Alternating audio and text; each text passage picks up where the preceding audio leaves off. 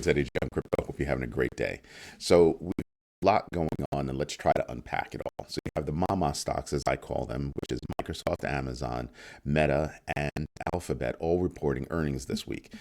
Don't sleep on Verizon because Verizon happens to be the world's largest internet security firm, and they have a lot to say. Also, I also noticed that Microsoft, and I think GE are coming out this week, but pay attention to the stocks that are actually reporting this week because they're going to give you a really good read on what the market was doing in certain sectors and what kind of outlooks they're going to have going forward. So I think that's a very big deal and something to pay attention to.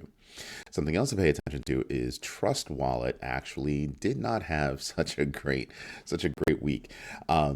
If you use the Trust Wallet browser to create a new account between 11/13 of last year and 11/23 of last year, you had a vulnerability and they didn't say anything about it. Well, they just posted a fix, but those older accounts could still have vulnerabilities. I still trust Trust Wallet. I have not used the browser extension. I only use the mobile app. Um, Always, no matter what wallet you're using, or what wallet you trust, you want to always keep an eye on any kind of events that affect that particular wallet. Now, I use all kinds of wallets. I use Trust Wallet. I use Ledger. I use Coinomi. I use Coinbase Wallet. There are a lot of wallets that are out there that I do use. I use MetaMask as is another one, but there are several more that I use. I just can't rattle them off like that. But I pay attention and actually do a weekly or bi-weekly search on any news that I think would be affecting those wallets. And the reason why is because you want to be proactive, not reactive. And you want to be as well informed as possible, which is why I keep telling you do your own research on everything that's going on out there. So, to that, I'm also paying attention to all this talk about, China trying to dethrone the United States dollar as the world reserve. I want you to take a step back and really dig into that. When was the last time you heard of the Chinese yuan leaving the country, leaving China? I've never heard of it. Never have. So I pay attention to that because the world's reserve means that you can hold actual cash in your possession. So countries around the world hold actual US dollars as a reserve. Think about that. So although I think that there are things that are awry with regard to the US dollar being a global reserve, I also do not necessarily see a new reserve sprouting up. I see, you had that thing BRICS that popped up. I see that happening, but I don't see it dethroning the dollar because what does it have? Okay, attention to that. There need to be paying attention to, but I do your research. Get in that habit of just again, even if it's 10 minutes a day, just to keep your finger on the pulse. 10 minutes a day. Take a look at news that's going on out there. Figure out your good news sources, and just keep abreast. Just keep in the know about what's going on.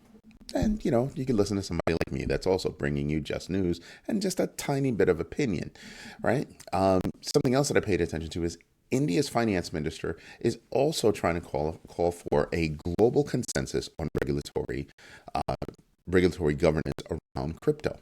I think that's a great idea. But India has had a very wishy-washy and sometimes stern stance against crypto. And if you look at MICA or markets in crypto, excuse me, coming out of the European Union, you would think that they're pretty much aligned, and maybe they should read that. Um, Over the course of a few, engagements, that minister has been saying a lot of things about, global consensus, and she's actually correct. There should be some kind of global consensus, but the consensus should not be to stifle innovation and make it harder for smaller crypto companies to actually do well. If you read Micah, I think that's what you're going to find. So again, do your own research, read Micah, and see what I'm talking about. Don't just gloss over it. Read it. It's not that big. It's not that deep. Read it. All right. Um, Binance, in a good move for Shiba Inu, cut a deal with EventPay, or I think or EventPay. I'm not quite sure how to pronounce it, but it's pretty cool. does is it's going to bring Shiba Inu to 400 global merchants. Okay, that's across their network. And that's actually pretty good as you start to realize that Shiba Inu is moving away from innovation, not away from innovation, but growing up and maturing into being a useful product. And that's a big deal as you continue to think about how other coins are doing the same thing. Bitcoin, Polygon, Ethereum, obviously, um, are all those kinds of projects that are lending themselves to real world use cases. You never hear about a store or anything else that is not accepting Bitcoin as their first foray into crypto. These are the things that I pay attention to as we move forward because as you start to think about crypto as an investment, you'll start to change your mindset and think of crypto as savings, right? Because you'll be using crypto the same way you'd be saving crypto. It would just be a part of your normal lifespan. This is how we spend. This is how we gain and pay for things.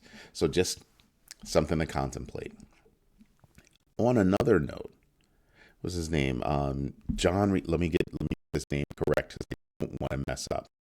Um, the young man's name is John Reed Stark. He's the ex SEC chairman, and he said expect more crypto lawsuits. And I'm sitting back and I'm going, yeah, we kind of knew that, right? But he's somebody that was an insider that can kind of see what's going on and that kind of thing is probably in the know to more than what we are, or what was in the know to more than what we are. And he can kind of see the tea leaves. And I'm sitting back and I'm kind of going, yeah, I can kind of see those tea leaves too. Because, you know, Gary Gensler and the SEC seem to be flailing. And when you're flailing, you're reaching out and you're just throwing it, trying to hit something. And that's something to be fearful.